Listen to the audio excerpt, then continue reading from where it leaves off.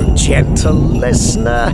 'Tis the season to be creepy. Fa-la-la-la-la-la-la-la-la. That most wonderful time of year crouches ready to pounce and rend us once again. Transmissmas. As a special treat this year, we'll be sharing 2 Transmissmas tales with you. Something delightfully traditional on Transmissmas Eve, and a more modern, early Transmissmas gift, which we intend to bestow upon you, well, now. So, Nocturnal Transmissions is proud to present an early Christmas gift by Andreas Flögel.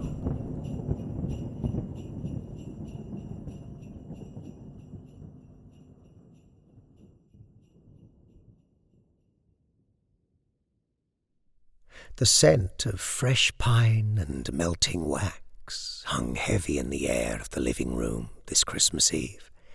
The tree glittered and its light cast long, stretching shadows. Ray was halfway up a slightly wobbly ladder, his face set in determined concentration as he attempted to crown the tree with its star. His daughter, Biggie, 17, all athletic grace and sharp intuition, watched him with restless energy. Ray knew that she could have cleared the distance to the treetop with ease, a simple leap and stretch, but he cherished his role, fumbling determinedly to place the star. Biting back a smile, Biggie's gaze followed every move of her father, holding the ladder as steady as possible. Ray fumbled slightly with the star. Just got it! Suddenly the doorbell rang. Not a festive chime, but an abrupt, insistent buzz that echoed unnervingly in the quiet house. Bzzzt! Before Ray could even steady himself or ask who on earth would be calling on Christmas Eve, Biggie was already in motion. It seemed like her body reacted before her conscious mind did.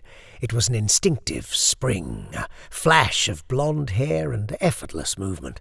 She didn't bother with pathways. She simply flowed over the furniture, clearing the sofa with a single powerful surge, arriving at the door in but a second, her hand already reaching for the handle before she stopped herself. She paused, her breath catching slightly, her senses sharp. "Who's there?" she asked, her voice low and tight, ready for anything but a caroller. The answer came back, clear and chilling in its sheer incongruity on this night. A package delivery. Express package." Biggie hesitated for only a fraction of a second, then pulled the heavy door inward, just enough to see who was there. But she saw nothing in the dark air outside. Then, from behind her in the heart of the festive living room came a sound that froze her blood, a sickening crash, heavier than just the ladder, followed by her father's choked gasp.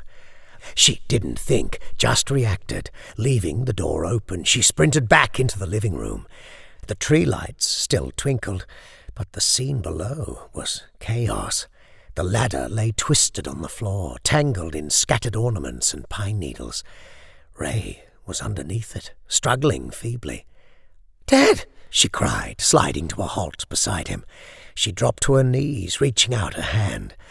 "Are you okay?" Biggie didn't hear them enter, but she felt the shift in the air, the sudden, cold presence in the room. 3 figures materialized out of the open doorway, dark and silent against the gentle glow of the Christmas lights. Their faces were obscured by masks made of a dark, opaque material that gave them a terrifyingly blank appearance. Just as she managed to shift the ladder slightly, a powerful arm locked around her neck from behind, cutting off her air. Another pinned her arms to her sides. She instantly went rigid, then exploded into furious motion, twisting, kicking, bucking like a wild horse caught in a snare. Her attacker was strong, their grip like iron. As she fought, desperate to break free, she saw the other man gripping her father, pulling him upwards. He looked dazed, eyes unfocused, shaking his head slowly. "Let go!" Biggie screamed, the sound muffled by a hand over her mouth.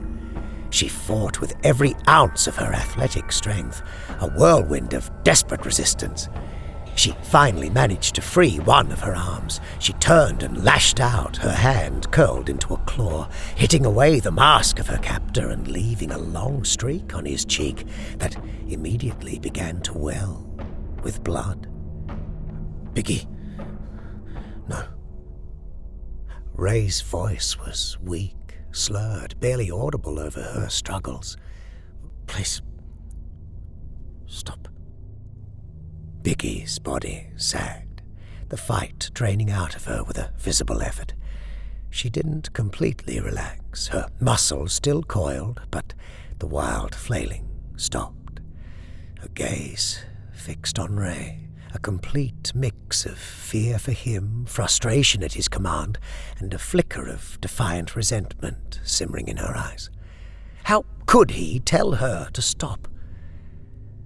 The intruder who'd grabbed her released his crushing grip slightly, bringing a hand up to his bleeding cheek.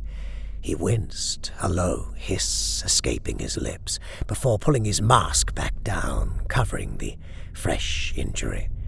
His voice, though muffled, vibrated with cold fury. "The damn bitch scratched me. I'm gonna make her pay for that." Now, with the immediate struggle ceased, Ray had a moment to truly look at the men who'd invaded their home on Christmas Eve. Two of them were clearly the muscle, thick-set, powerfully built adults, likely in their early 30s. The one who'd been holding Biggie was slightly shorter than the other, who stood silently behind him, an unnerving presence. The third was noticeably younger, smaller, leaner, hovering back near the doorway. He couldn't be 20 yet, Ray thought, his posture unsure, out of place. Trying to project a calm he didn't feel, Ray addressed the two older men. "We don't keep much cash here. Not much spare." He reached slowly into his back pocket, pulling out his wallet. "Here, take my wallet. There's a bit more in the desk drawer over there, too." The taller, silent man took the wallet, his movements economical and cold. He quickly extracted the bills. Meanwhile, the injured man stalked over to the desk, yanking open the drawer and rifling through it roughly. "That it? Really? No coins, no jewelry?" he snarled, slamming the drawer shut with a frustrated bang. Ray shook his head. Everything we have goes into keeping this whole place standing. It's a money pit. There's not a lot left over for anything else." The injured man let out a bitter laugh that was devoid of humor. "Oh, shit. This wasn't worth it." He glared at the taller one. "Anyone with a house like this has money. Thanks for nothing. And for this I get my face torn open by a little wildcat." The taller man finally spoke, his voice low and utterly chilling. "Looks like the girl is the best thing we've found. She'll compensate us." Biggie's head snapped towards her father, a silent, terrified question in her eyes. Ray's shoulders slumped. He could only offer a desperate, helpless shrug, his face etched with despair, a silent acknowledgement that there was nothing they could do. The injured man grinned cruelly behind his mask, directing his words at Biggie. "See, little one, your father agrees. Time to accept your fate." He then barked at the younger one. "Junior, keep the old man company. Make sure he doesn't try any hero stuff." Junior flinched, his voice tight with anxiety. "But we just wanted to grab what we could. Nobody's supposed to get hurt." The taller man chuckled, a soft, dry sound. "Nobody'll get hurt, not if she's smart. And I'm sure our little wildcat will be grateful in the end." He nodded to the injured man, and together the two older intruders grabbed Biggie firmly, steering her towards the adjacent bedroom. Left alone with the youngest intruder, Ray turned towards him, keeping his voice low and urgent. "Listen, Junior, I'm giving you some solid advice here. Get out. Get out now, while you still have the chance." The boy hesitated, shifting his weight nervously, his eyes darting between Ray and the door Biggie had been taken through. He seemed genuinely uncertain, lost. This isn't how it was supposed to go down," he mumbled, but then straightened slightly, trying to sound tougher. "Anyway, you're clearly not the one calling the shots here."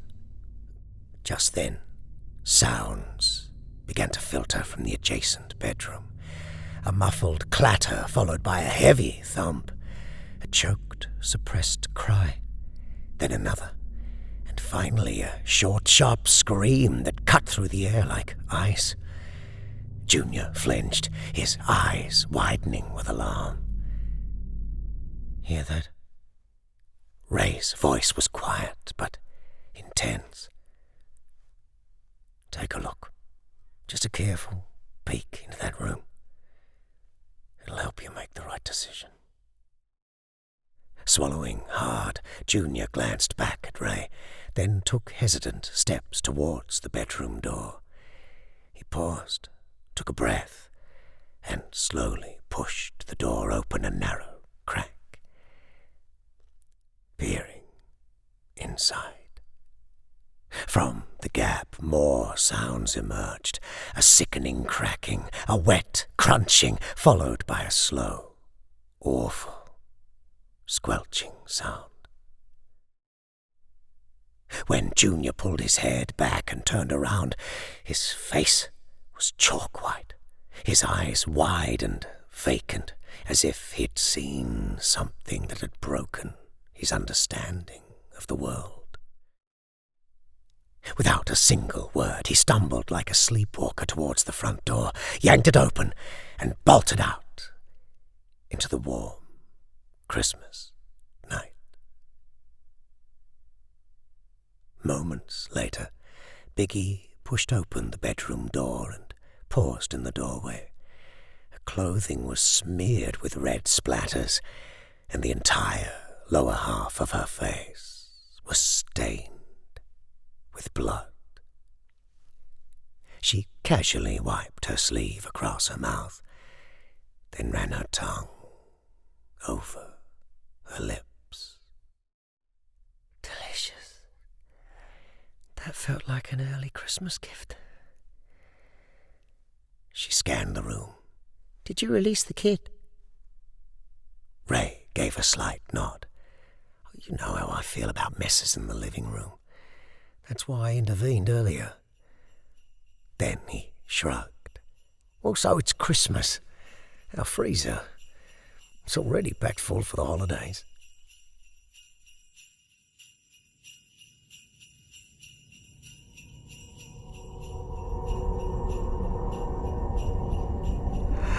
An Early Christmas Gift by Andreas Flögel. Andreas is an author from Germany who loves writing stories in English and German to entertain, excite, thrill, or scare his readers. Recent credits include stories in Dark Moments, Flashpoint Science Fiction, Trembling with Fear, Stygian Leapers, Sci-Fi Journal, and various anthologies. For more information, please visit his website, www.dr-dings.de.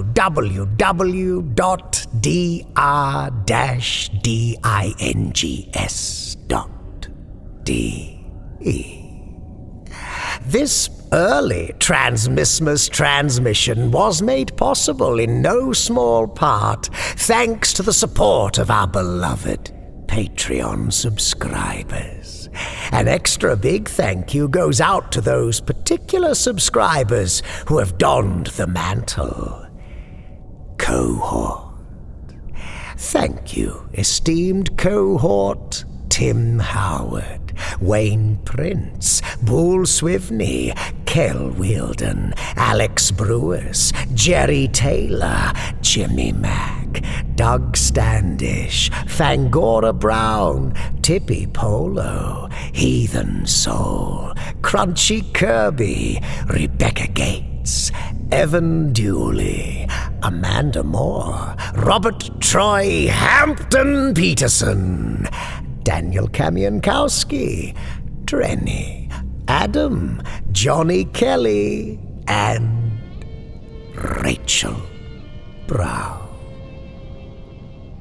All non-public domain stories are featured with the permission of the authors. All voices and production are concocted by Kristin Holland. Until next time, as always, watch the skies, fear the dark, and don't trust anyone, especially yourself. See you again, Transmissmas. E.